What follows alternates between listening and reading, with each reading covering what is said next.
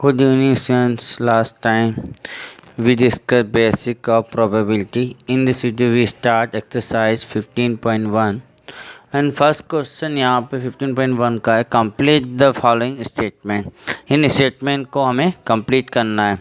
First question is probabilities of an event E plus probability of the event not E equal to. अगर probability किसी event E की है और उसमें not ई की प्रोबेबिलिटी को प्लस कर दिया जाए तो दोनों का सम का आंसर क्या होगा 1। तो ये हमें मतलब कि फिलिंग द ब्लैंक्स में 1 लिखना है। ठीक है, फर्स्ट का आंसर है 1। तो ये फार्मूला भी हमें पता है ना कि P E plus P not E equal to होता है 1। Second statement is the probabilities of an event that cannot happen is blank such an event is called that। मतलब the probability of an event cannot happen, एक ऐसा event जो नहीं हो सकता, जो कभी नहीं होगा, उसकी प्रोबेबिलिटी क्या होगी इज 0। ये 0 लिखा हमने है ना। And such a event is called that, और उस इवेंट को क्या कहेंगे हम इम्पॉसिबल इवेंट। तो हमारा फिलिंग द ब्लैंक्स में इम्पॉसिबल आएगा। Third statement the probabilities of a event that is certain to happen is blank such a event called that. मतलब एक ऐसा इवेंट जिसकी प्रोबेबिलिटीज बताइए जिसके सर्टन है टू हैपन, मतलब जो 100% होता है ना। तो जो होगा उसकी प्रोबेबिलिटी होगी 1, जो 100% पॉसिबल है, जो होना ही है ना। सर्टन टू हैपन, जो होकर ही रहेगा, तो उसकी प्रोबेबिलिटी 1 है। और सच ए इवेंट कॉल्ड, उस इवेंट को हम कहेंगे श्योर इवेंट और सर्टन इवेंट। या तो श्योर इवेंट कह दो या सर्टन इवेंट कह दो, तो ये इनके दोनों में से कोई भी आंसर आप लिख सकते हो। फोर्थ स्टेटमेंट है the sum of probabilities of all the elementary events of an experiment is blank। तो हमने बताया था कल कि sum of all the elementary event की प्रोबेबिलिटी, जितने भी एलिमेंट्री इवेंट होते हैं, सिंगल इवेंट होते हैं, उन सब की प्रोबेबिलिटी को अगर प्लस किया जाए तो उनका सम होगा 1। तो answer is 1। Last statement is here the probability of a event is greater than or equal to. मतलब प्रोबेबिलिटी किसी इवेंट की जो ग्रेटर होगी या इक्वल होगी, and less than or equal to, और कम होगी और इक्वल होगी। तो हम जानते हैं प्रोबेबिलिटी किससे ग्रेटर होती है और किसके इक्वल होती है, 0 से ग्रेटर होती है और इक्वल होती है। तो प्रोबेबिलिटी जो है किसी भी इवेंट की वो 0 होगी या उससे ग्रेटर होगी, and less than or equal to, या तो 1 होगी या उससे कम होगी। ठीक है, तो ये 0 और 1 is answer. Okay, next question हमारा है सेकेंड। तो सेकेंड क्वेश्चन के according which of the following experiments have equally likely outcomes explain. मतलब हमें ये बताना है कि जो भी एक्सपेरिमेंट हमें यहाँ पे दिया है, जो भी कंडीशन हमें यहाँ पे दे रखी है, तो क्या उसके जो इवेंट है वो इक्वली लाइकली आउटकम्स है, या जो आउटकम्स है वो इक्वल है क्या, उनकी मतलब दोनों की वैल्यू इक्वल है क्या। जैसे फॉर एग्जांपल हेड या टेल आता है, तो हेड आने के चांस भी इक्वल होते हैं, टेल आने के चांस भी इक्वल होते हैं। तो इस तरीके से हमें जो सिचुएशन दे रखी है वो इक्वली लाइकली आउटकम्स है या नहीं है, उससे हमें एक्सप्लेन करना है। तो first question is here a driver attempts to start a car, the car start और डज नॉट स्टार्ट। एक ड्राइवर स्टार्ट करने की कोशिश कर रहा है, कार को स्टार्ट करने के लिए ट्राई कर रहा है, अटेम्प्ट करता है, तो कार स्टार्ट होगी या नहीं होगी।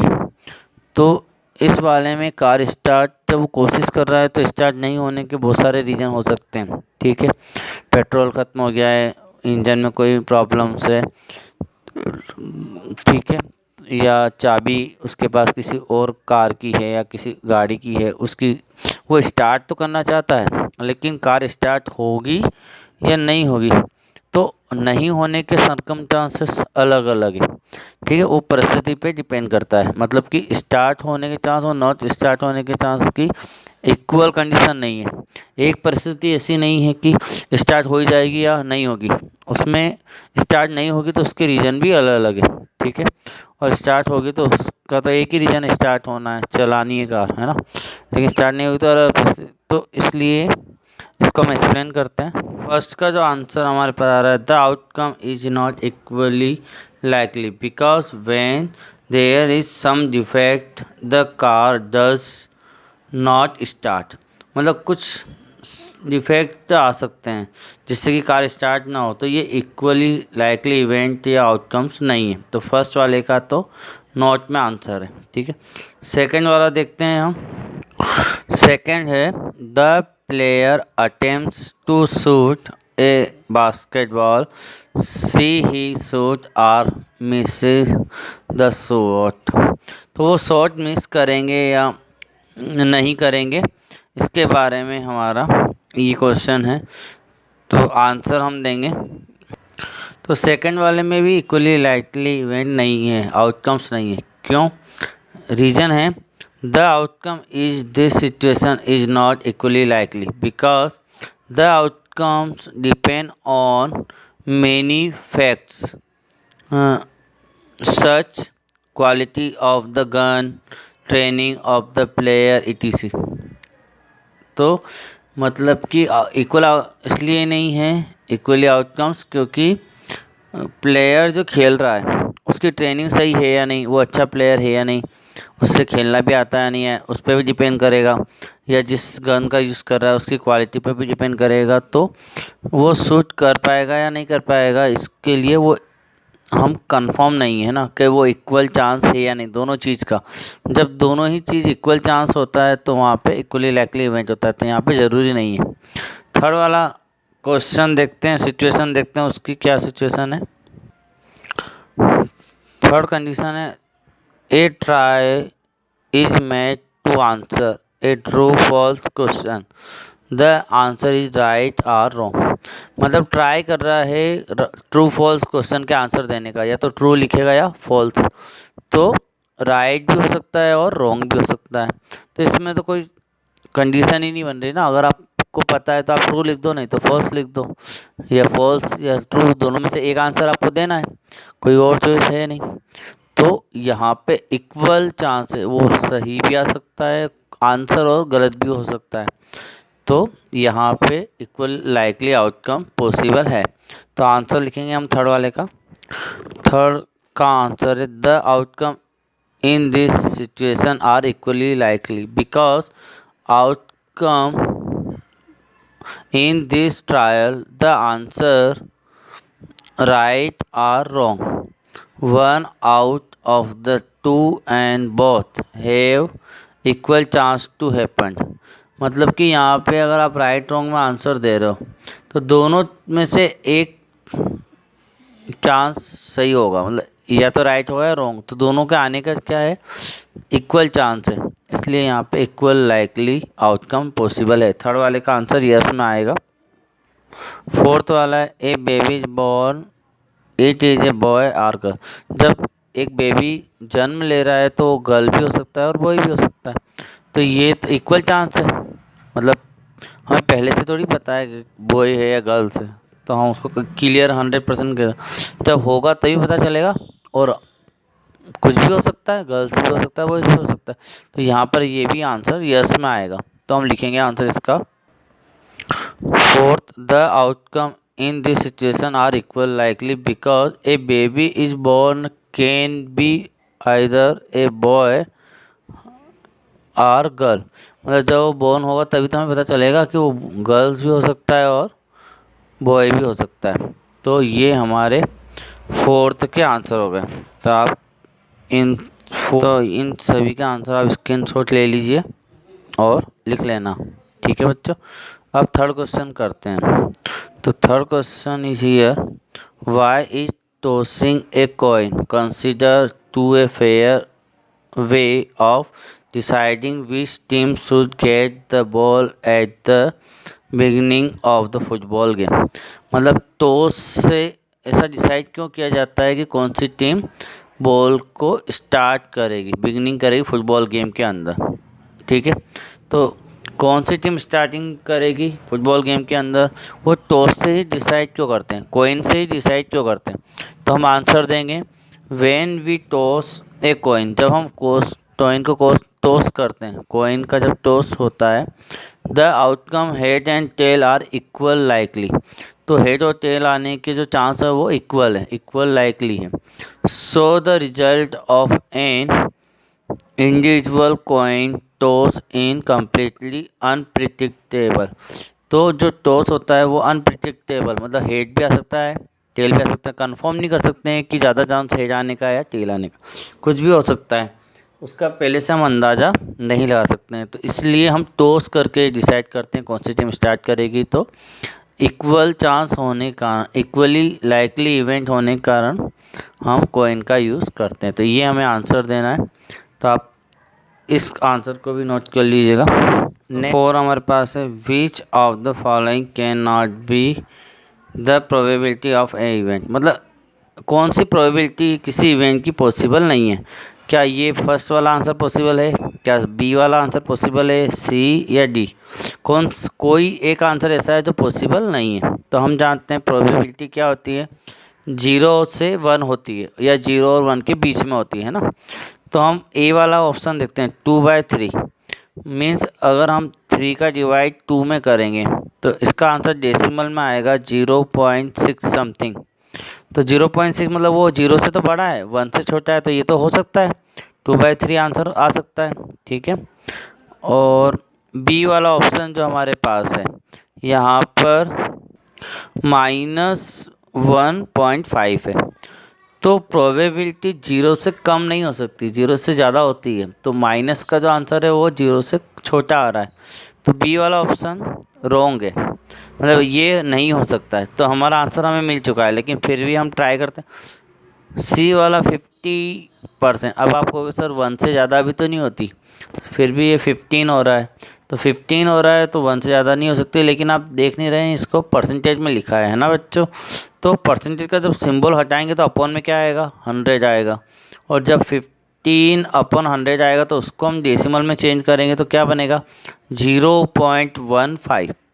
मतलब कि क्या हुआ, 0 से ज़्यादा है लेकिन 1 से कम है। तो परसेंटेज में अगर है तो वो हो सकता है, क्योंकि वो 100% से कम वाला है, तो परसेंटेज में आ रहा है, तो ये हो सकती है ना, क्योंकि इसको डेसिमल जब बनाएंगे तो 0 से बड़ा आएगा लेकिन 1 से छोटा आएगा। तो सी वाली पॉसिबिलिटी है कि ये प्रोबेबिलिटी हो, और डी वाला तो होगा, 0.7 है, मतलब 0 से बड़ा है और 1 से छोटा है, तो ये भी हो सकता है।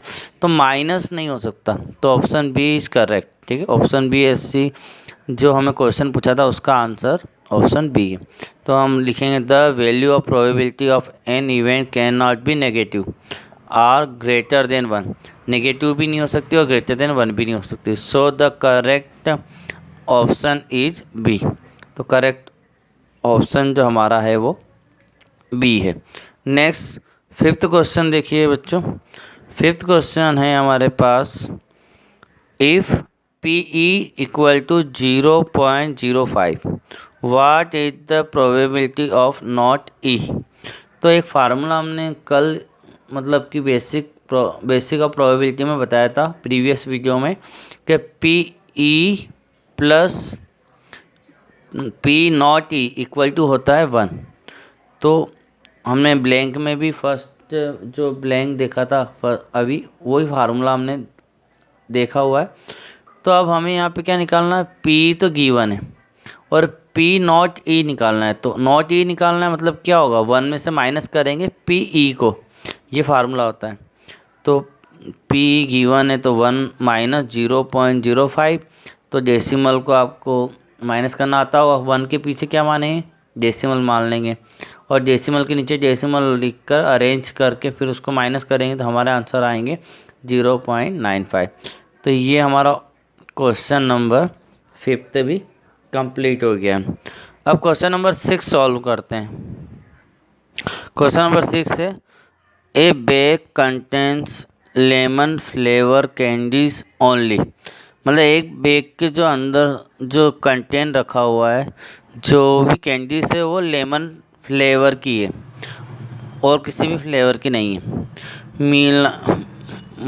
Malini takes out of one candy without looking into the bag, और मालिनी जो है बिना बैग के अंदर देखे कोई भी एक कैंडी को बाहर निकालती है।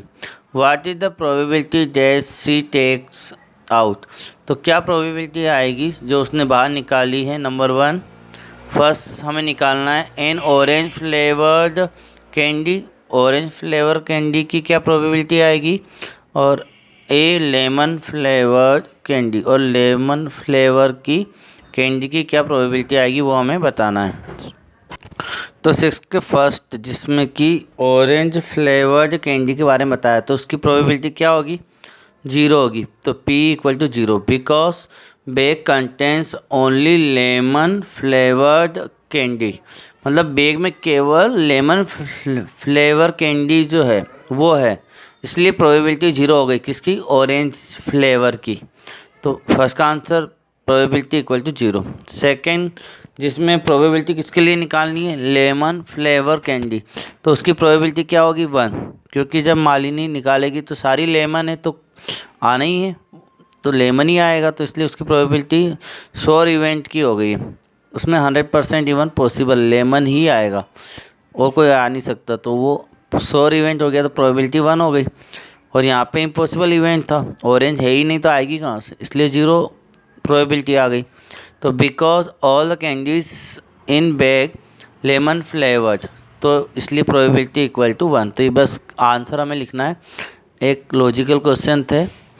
तो ये हमारा क्वेश्चन नंबर 6 कंप्लीट हुआ। 7 देखते हैं। Number 7, it is the given that in a group of 3 students, the probability of 2 students not having the same birthday is 0.992. What is the probability that the 2 students have the same birthday? मतलब 7 question में ये बताया कि 3 students जो है उनके group में से 2 का बर्थडे जो है वो सेम नहीं आने की प्रोबेबिलिटी जो है वो 0.992 है। तो what is the probability that 2 students have the same birthday, तो वो प्रोबेबिलिटी क्या होगी कि 2 बच्चों का बर्थडे सेम डेट को हो। ठीक है, तो हम जानते हैं जब कोई इवेंट होगा और इवेंट नहीं होगा तो दोनों का सम कितना होता है 1, तो PE + P0E = होता है 1। तो 2 बच्चों का बर्थडे सेम नहीं आने की प्रोबेबिलिटी दे रखी है, तो नॉट E दे रखा है, और have the same birthday same आने के लिए हमें PE निकालना है। तो हम क्वेश्चन नंबर 7 सॉल्व करते हैं फार्मूले से। क्वेश्चन नंबर 7 में लिखा, हम मानेंगे पहले तो let E denoted the event that 2 students out of 3 have same birthday, माना कि E जो है एक ऐसा इवेंट है जो 2 स्टूडेंट्स का सेम बर्थडे आने का इवेंट बताता है आउट ऑफ 3 में से, है ना। तो ये स्टेटमेंट हो गया। अब गिवन में क्या दिया है, नॉट E दे रखा है, जब 2 स्टूडेंट का बर्थडे सेम नहीं होता है वो वैल्यू दे रखी है 0.992। तो हमें फार्मूला पता है, P अगर निकालना है तो 1 - P0E निकालेंगे, तो 1 - 0.992 को सॉल्व करें तो 1 के बाद डेसिमल मान के, डेसिमल के नीचे डेसिमल अरेंज करके नंबर लिखकर माइनस करेंगे तो हमारा P आएगा 0.008। तो ये हमारा आंसर हो गया, मतलब 2 बच्चों के सेम बर्थडे आने की जो प्रोबेबिलिटी है वो है 0.008। तो बच्चों ये हमारा 7 क्वेश्चन कंप्लीट हुआ। अभी तक हमने प्रोबेबिलिटी का जो फार्मूला है, number of favourable outcome upon total number of outcome, उसका यूज़ नहीं किया है। तो आगे के क्वेश्चन में उसी का यूज़ करेंगे। तो आज हम केवल एक क्वेश्चन देख लेते हैं, 8 क्वेश्चन जिसमें वो फार्मूला यूज़ आ रहा है। नेक्स्ट वीडियो में हम 9 क्वेश्चन से सॉल्व करेंगे। तो लास्ट क्वेश्चन करते हैं इस वीडियो का। 8 question, A bag contents 3 red balls and 5 black balls. A ball is drawn at random from the bag. What is the probability that the ball drawn is red not red. मतलब कि एक bag है जिसमें 3 red ball हमने रखी हुई है, 5 black ball, तो टोटल कितनी बॉल हो गई? 8 बॉल है ना। और रेंडमली ड्रॉन, उनमें से एक बॉल हम निकालते हैं बाहर रेंडमली, मतलब बिना देखे, है ना, कुछ कोई सी बॉल निकाल लेते हैं। तो what is the probability that the ball drawn, तो वो बॉल जो हमने निकाली है वो बॉल किस तरह की होगी, उसकी प्रोबेबिलिटी क्या है। अगर वो रेड होगी तो प्रोबेबिलिटी क्या है, और नॉट रेड तो उसकी प्रोबेबिलिटी क्या है। नॉट रेड का मतलब क्या हुआ? रेड नहीं है, नहीं है मतलब क्या होगा? ब्लैक हो गई। तो सेकंड क्वेश्चन को थोड़ा सा ब्लैक की जगह पे क्या दे दिया उन्होंने? नॉट रेड दे दिया। अगर वो चाहते तो रेड और ब्लैक भी दे सकते थे, लेकिन एक उन्होंने रेड दे दिया, एक नॉट रेड दे दिया। तो सॉल्व करते हैं हम क्वेश्चन नंबर 8 को। तो number of all possible outcomes कितने हो गए? 3 + 5 = 8। 3 रेड बॉल है और 5 ब्लैक बॉल है, तो नंबर ऑफ टोटल आउटकम्स जो हुए वो हमारे 8 हो गए। नंबर 1 4 रेड बॉल के लिए सॉल्व कर रहे हैं। तो रेड बॉल के लिए सॉल्व करें तो पहले फेवरेबल आउटकम निकालेंगे। तो नंबर ऑफ फेवरेबल आउटकम किसके लिए? रेड के लिए। तो रेड कितनी बॉल है? 3 बॉल है, तो फेवरेबल आउटकम्स कितने हो गए? 3। फिर प्रोबेबिलिटी फॉर रेड बॉल निकाल रहे हैं, तो फार्मूला यूज़ करेंगे। फार्मूला हमारा है number of favourable outcome upon number of all possible outcome, या नंबर ऑफ टोटल आउटकम भी लिख सकते हैं, या number of all possible outcome भी लिख सकते हैं।